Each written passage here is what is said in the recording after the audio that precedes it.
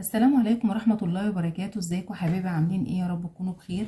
تعالوا شوفوا معايا النهاردة ازاي نعمل سلسلة موبايل، وازاي نعمل الرابطة بتاعتها بطريقة مختلفة عن الطريقة اللي احنا عملناها مع بعض قبل كده. موديل جديد لسلسلة الموبايل. ايه هي الادوات اللي احنا عايزينها عشان ننفذ الموديل ده؟ اول حاجة هنحتاج لولي مقاس 8 اوف وايت بالشكل ده كده، وهنحتاج كريستال مقاس 6 اللي هو اللون البني او اللون الذهبي الجنجا، وهنحتاج معانا خرز التبسيرة اللي هو بالشكل ده اللي هو اللون الذهبي بالشكل ده، وهنحتاج معانا قطع من الفيمو. ممكن نستخدم قطعة من الفيمو او ممكن نستخدم اي لعب موجودة عندنا يعني المتاح. فانا هستخدم القطع الفيمو اللي هي الشكل ده اللي هي الورد. وهنحتاج فواصل من المعدن بالشكل ده او اي فاصل معدن موجود. هنحتاج معانا خيط الحظاظة، وهنحتاج معانا ولاعة، ونحتاج مقص، ونحتاج معانا مسطرة. اول حاجة هنعملها ان احنا هنقص من خيط حوالي 60 سنتي من خيط الحظاظة.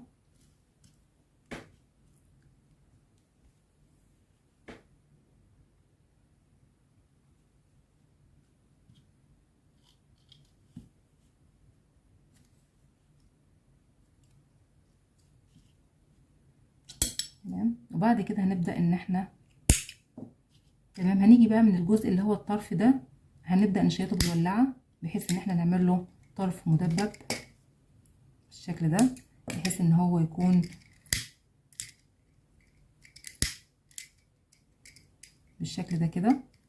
وهنبدأ نعمل الناحية التانية بنفس الطريقة، ان احنا هنبدأ نشيطها بحيث ان هو يكون سهل واحنا بندخل فيه الخرز. هنعمل ايه؟ اول حاجة هنمسك الخيط بتاع الحظاظة اللي احنا هنعمل عليه السلسلة النهاردة، هنبدأ نعمله نصين بالشكل ده كده، وهنبدأ ناخد الجزء التاني ده هنبدأ نقيس 5 سنتي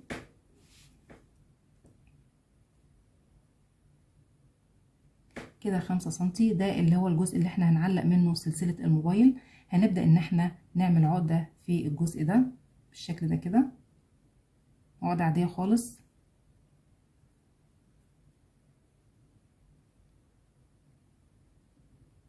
بحيث ان هي يكون يعني المسافة دي كده 5 سنتي.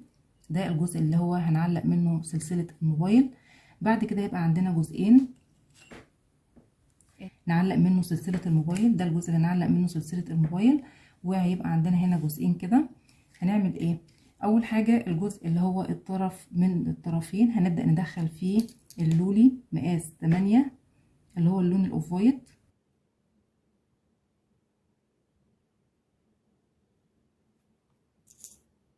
هندخل 6 من اللولي او 7 من اللولي اللي هو الاوف وايت.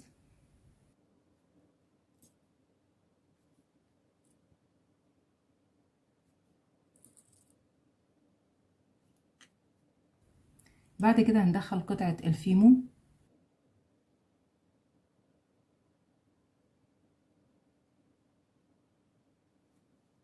هنبدأ نحط كمان 6 من اللولي اللي هو الاوف وايت مقاس 8 بالشكل ده كده.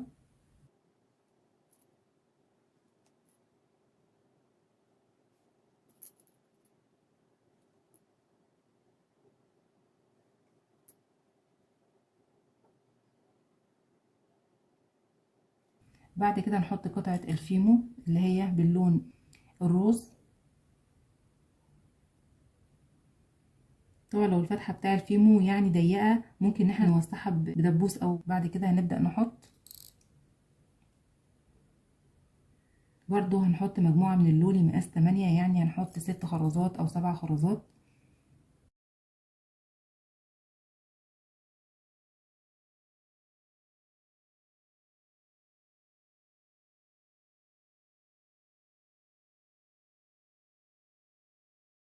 بعد كده هنحط قطعة الفيمو الأخيرة اللي هي شكلها يعني او لونها سيمون. طبعا احنا ممكن نحط اي الوان موجودة عندنا متاحة او اي لعب.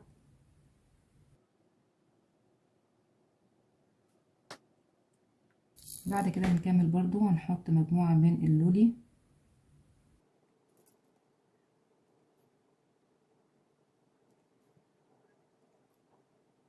وبعد كده هنسيب مسافة، يبقى احنا وصلنا للشكل ده. وصلنا للشكل ده، ده طرف من الطرفين اللي احنا هنعمل فيهم سلسلة الموبايل. احنا هنعملها نصين، نص من اللولي والنص التاني هنستخدم خرز التفسيرة والخرز اللي هو الكريستال بالشكل ده. يبقى احنا عملنا جزء، طبعا هنسيب في الاخر مسافة كده عشان احنا نعمل ربطة في النص، فنسيب الجزء ده كده ونبدأ نشتغل في الجزء التاني، بحيث ان احنا نعمل في الجزء التاني برضو هنا مجموعة من الكريستال وخرز التفسيرة. هنبدأ اول حاجة نعملها، هنبدأ نحط في الطرف التاني مجموعة من خرز التفسيرة باللون الذهبي. هنرص مجموعة كده يعني حوالي 5 سنتي او 7 سنتي من خرز التفسيرة. عملنا هنا جزء من خرز التفسيرة بالشكل ده كده، يعني حوالي 5 سنتي او 7 سنتي من خرز التفسيرة. طبعا هنظبط الطرفين بالشكل ده كده، ده الطرف اللي هو فيه اللولي والطرف التاني اللي فيه خرز التفسيرة. احنا هنرص خرز التفسيرة بحيث ان هو هيعدي اللعبة اللي هي بالفيمو الاولانية، ويكون في نص المسافة اللي هي في الجزء التاني قبل ما نوصل لقطعة الفيمو التانية، يعني في نص المسافة كده. هنبدأ نحط فاصل من الفواصل المعدن اللي معايا، فهنحط فاصل كده اللي هو الشكل المربع ده. وبعد كده هنحط في الجزء ده مجموعة من الكريستال، يعني برضو حوالي 5 سنتي او 7 سنتي من الكريستال.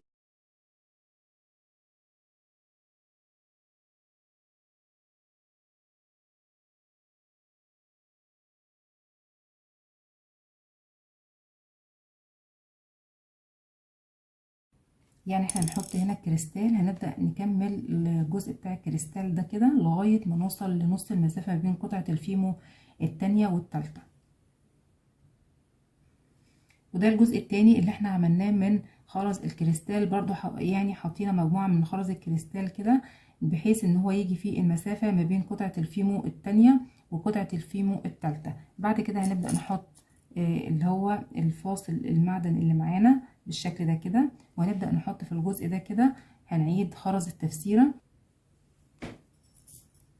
احنا هنحتاج هنا 2 من الفواصل، مش 3 قطع، لا احنا هنحتاج قطعتين من الفواصل المعدن.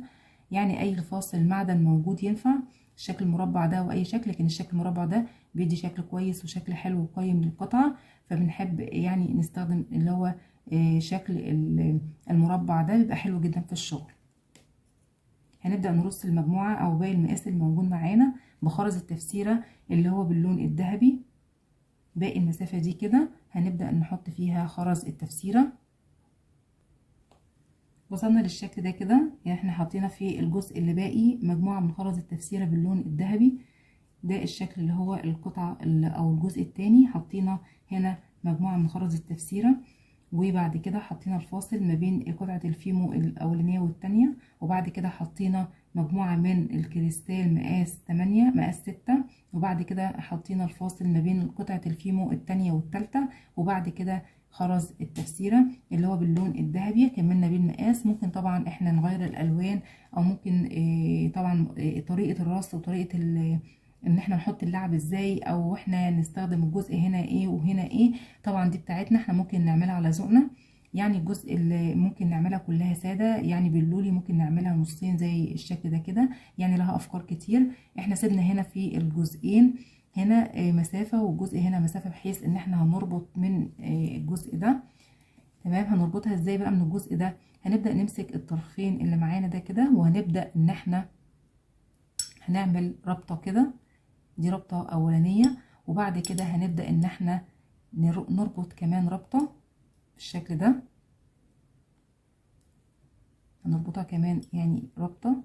هي انا بربطها ربطة واحدة، يعني مش لازم ان احنا نربطها ربطتين او اكتر، عشان ما تبقاش منظرها ان هي منظرها يبقى تخين كده. لا احنا عايزينها تبقى الربطة بتاعتها رفيعة، يعني ما تبقاش تخينة قوي او مبقاش منظرها مكلكع، يعني تبقى رفيعة. فاحنا هنعملها ربطة واحدة بس، وهنبدأ ان احنا نشيط. وما دام احنا مشيطين الجزئين، الجزء ده والجزء ده، هنبدأ نقص ونشيط. ما دام احنا مشيطينه كويس، هو هيفك، هيبقى ثابت ومش هيفك معانا خالص. فهنعمل ايه؟ طبعا هنثبت عليها شوية كده ونشدها كويس، وبعد كده هنبدأ الجزء الزيادة ده هنبدأ نقصه. فهنسيب حوالي هنا نص سنتي ونبدأ نقص، وهنسيب برضو في الجزء التاني حوالي نص سنتي وهنبدأ نقص. هنبدأ بقى الجزء ده نشيطه، الجزء اللي هو نص سنتي هنبدأ نشيطه بالولاعة بحيث ان هي تبقى ماسكة كويس، ما تفكش.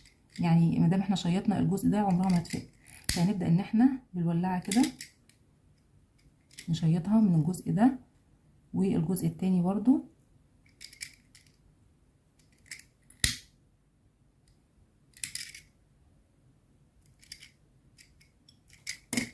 بقت هنا الربطة صغيرة مش باينة مش مكلكعة يعني ولا حاجة، مش لازم نعملها ربطتين تلاتة، لا هي ربطة واحدة بس احنا لازم نشدها كويس ونربطها كويس، وبعد كده نبدأ نشيط النص سنتي بالشكل اللي انا قلته لكم ده. ما دام احنا مشيطين الجزئين فهي عمرها ما هتفك، وبيبقى ده شكلها. وممكن ان احنا نشد الربطة في الخرزاية او ممكن نسيبها زي ما هي كده، يعني هي مش باينة لان احنا عاملينها ربطة واحدة، فهي ربطتها صغيرة مش ربطة كبيرة يعني ومنظرها كبير او مكلكع، لا ده هي ربطة صغيرة. وده يبقى شكل الموديل بتاعنا اللي احنا عملناه، اللي هو عبارة عن جزئين، جزء من اللولي وجزء من خرز التفسيرة والكريستال. شكلها حلو جدا وشكلها شيك وشكلها بسيط في نفس الوقت. يعني فكرة النصين دي احنا ممكن نستخدمها، بتبقى شكلها حلو وشكلها يعني للبنات كده. ولا ترند اللي هو الجزء اللي احنا نعمل الشغل بتاعنا نصين، واحنا ممكن نستخدم اي حاجة او اي الوان موجودة عندنا، احنا نعمل الشكل الاحسن. عيب او اللعب اللي موجودة عندنا بطريقة مختلفة ممكن احنا نرصها برضو بطريقة مختلفة، مش لازم ان هي تكون بالشكل ده، ممكن اي شكل تاني بحيث ان هي في الاخر تبقى شكلها حلو وشكلها قيم. ده شكل برضو حلو كده بسيط وحلو برضو في نفس الوقت، يعني شيك يعجب البنات. فده شكل الموديل الجديد اللي معانا النهارده، اللي هو عباره عن نصين، نص من اللولي ونص من خرز التفسيره، وحطينا معاه الكريستال اللي هو بنفس اللون او اللون الذهبي، الاتنين مع بعض كده لون ذهبي، وعملنا ميكس كده ما بينهم وحطينا ما بينهم فواصل كده من المعدن. وده الشكل النهائي ليها، شكلها حلو جدا وشيك وقيم، وكمان ان هي يعني طالعه ترند، لان الشغل اللي هو بيبقى نصين، نص مثلا لولي او نص رابر والنص التاني خرز، يعني الاشكال دي طالعه ترند. ممكن برضو نعمل افكار تانية للسلسلة اللي هي سلسلة الموبايل، اللي احنا ممكن نعملها نصين، ممكن نعملها باشكال تانية مختلفة كتير. يعني زي ما انا قلت لكم ما تتقيدوش بشكل معين او ستايل معين او رص معين في الالعاب، لا احنا ممكن نعمل اي حاجة على ذوقنا بحيث ان هي تبقى في النهاية شكلها حلو وقيم. ده شكل تاني برضو من سلسلة الموبايل اللي هي النصين، برضو ممكن نعملها بالشكل ده. ده معمولة من الربر ومعمولة من الخرز ده اللي هو خرز المرمر، وده اللي هو الخرز الCCB. عملنا ايه؟ هي نفس الفكرة برضو. ده اول موديل اللي انا عملته معاكم، وده موديل تاني برضو من الربر ومن المرمر. عملنا برضو هنا نصين زي ما انا وريتكم، وعملنا هنا العقدة يعني قسنا 5 سنتي وعملنا العقدة من هنا، وبعد كده بدأنا ان احنا نرص مجموعة من الربر، يعني مثلا 5 سنتي او 4 سنتي من الربر، وبعد كده حطينا واحدة من الCCB، وبعد كده حطينا مجموعة تانية من الربر، وبعد كده حطينا واحدة من الCCB، ويعني القلب ده او اي لعبة موجودة عندنا بالشكل الصغير ده، وبعد كده واحدة تانية من الCCB، وبعد كده عملنا مجموعة تاني من الربر يعني برضو 5 سنتي ربر، وبعد كده حطينا الCCB. نحط اللعبة اللي هي القلب مكتوب عليه فريند، ده برضو شكله حلو، وبعد كده خرزة من الCCB، وبعد كده برضو بنفس النظام هنحط مجموعة من الربر وخرزة من الCCB، والقلب اللي احنا حطيناه هنا برضو هنكرره، وبعد كده مجموعة من الربر. ده بالنسبة للنص اللي هو فيه الربر واستخدمنا معاه الCCB. النص التاني هنستخدم المرمر، وهنعمل مجموعة من المرمر برضو كده، يعني هنبدأ نرص المرمر كده لغاية بعد القلب او بعد اللعبة الاولانية، يعني بعد اللعبة الاولانية في الجزء الفاضي ده او الجزء اللي هو فيه ربر بيبقى مقابل للربر، هنحط 3 من الCCB، وبعد كده هنبدأ نحط باقي الجزء هنا من خرز المرمر. وطبعا برضو عاملين الربطة هنا اهي، برضو نفس النظام، ربطة صغيرة، يعني ممكن ان احنا نعملها صغيرة بالشكل ده، احنا ربطنا ربطة واحدة وشيطنا، ما دام احنا شياطين كويس هي عمرها ما تفك، فمش لازم نعملها كذا ربطة عشان ما يبقاش منظرها يعني واضح ان هي مربوطة ومنظرها كبير، لا احنا عايزينها تبقى صغيرة مش باينة بالشكل ده كده، وممكن ان احنا نشدها في الخرز او ممكن نسيبها. ده برضو موديل لسلسلة الموبايل اللي هي بتبقى نصين، ده شكل وده شكل تاني برضو، يعني دي برضو افكار ممكن برضو نعملها مثلا بالشكل ده كده برضو، ده نصين نص من هنا بقى استخدمنا ايه، استخدمنا الخرز المحقون، استخدمنا الخرز المحقون اللي انا كنت وريت لكم في فيديو المشتريات، واستخدمنا العين اللي هي البيضاويه دي. ولو عندنا العين المدوره كمان هتبقى يمكن تكون احسن، كمان العين المدوره تكون احسن، لكن انا عندي العين البيضاويه فاستخدمت هنا العين البيضاويه. فهنعمل ايه، احنا طبعا هنعمل برضو نفس النظام 5 سنتي من الرابطه، وبعد كده هناخد جزء هنا هنبدا ان احنا نرص فيه مجموعه من الخرز، يعني حوالي 10 خرزات، وبعد كده نحط العين، وبعد كده 10 خرزات بالتبادل كده، ونحط كمان واحدة من العين، وبعد كده نكمل باقي المقاس بالخرز اللي هو المحقون باللون ده كده. وبعد كده عندنا الرابر اللي هو ملون بالشكل ده برضو بالتبادل كده. بدأنا ان احنا نحط مجموعة من الرابر يعني حوالي 3 سنتي او 4 سنتي، وبعد كده العين. طبعا احنا بنحط العين في الجزء اللي هو بيكون هنا مقابله خرز، يعني ما تبقاش العيون قبال بعضها، لا بتبقى بالتبادل بالشكل ده كده. احنا بنبقى واحنا بنبقى واخدين بالنا ان احنا نحط هنا العين في الجزء اللي فيه خرز او قدامه خرز، بحيث ان كل عين بيبقى قدامها، ما تبقاش العيون جايه قدام بعضها او قصاد بعضها. بعد كده نبدا نحط مجموعه من الربر، وبعد كده نحط هنا كمان عين من اللي هو الشكل البيضاوي، وبرده نفس الفكره هنبدا نحط مجموعه تانية من الربر، ونحط عين اللي هي البيضاويه، وبعد كده نكمل باقي المقاس بالربر. يعني حطينا هنا في الجزء ده، حطينا هنا في الجزء ده 2 من العين، والجزء ده حطينا 3 من العين. وطبعا احنا قلنا ان العيون ما تبقاش قصاد بعضها، لا بتبقى بالتبادل كده، يعني العين دي قدامها خرز، العين دي قدامها ربر، يبقى بالشكل ده كده. واحنا شغالين بنبقى واخدين بالنا. ده الجزء اللي هو ممكن يكون برضو نصين، دي فكرة تانية. واستخدمنا هنا العيون، احنا عملنا هنا الرابطة برضو، الرابطة صغيرة اهي مش باينة، يعني احنا مش ممكن نشدها في الخرز او ممكن نسيبها كده لان هي مش باينة صغيرة، فهي صعب جدا ان هي تفك لان هي متشيطة كويس. وده شكل تالت برضو لسلسلة الموبايل اللي لو عايزين نعملها بالنصين، دي بعض الافكار لسلسلة الموبايل لو احنا عايزين نعملها النصين.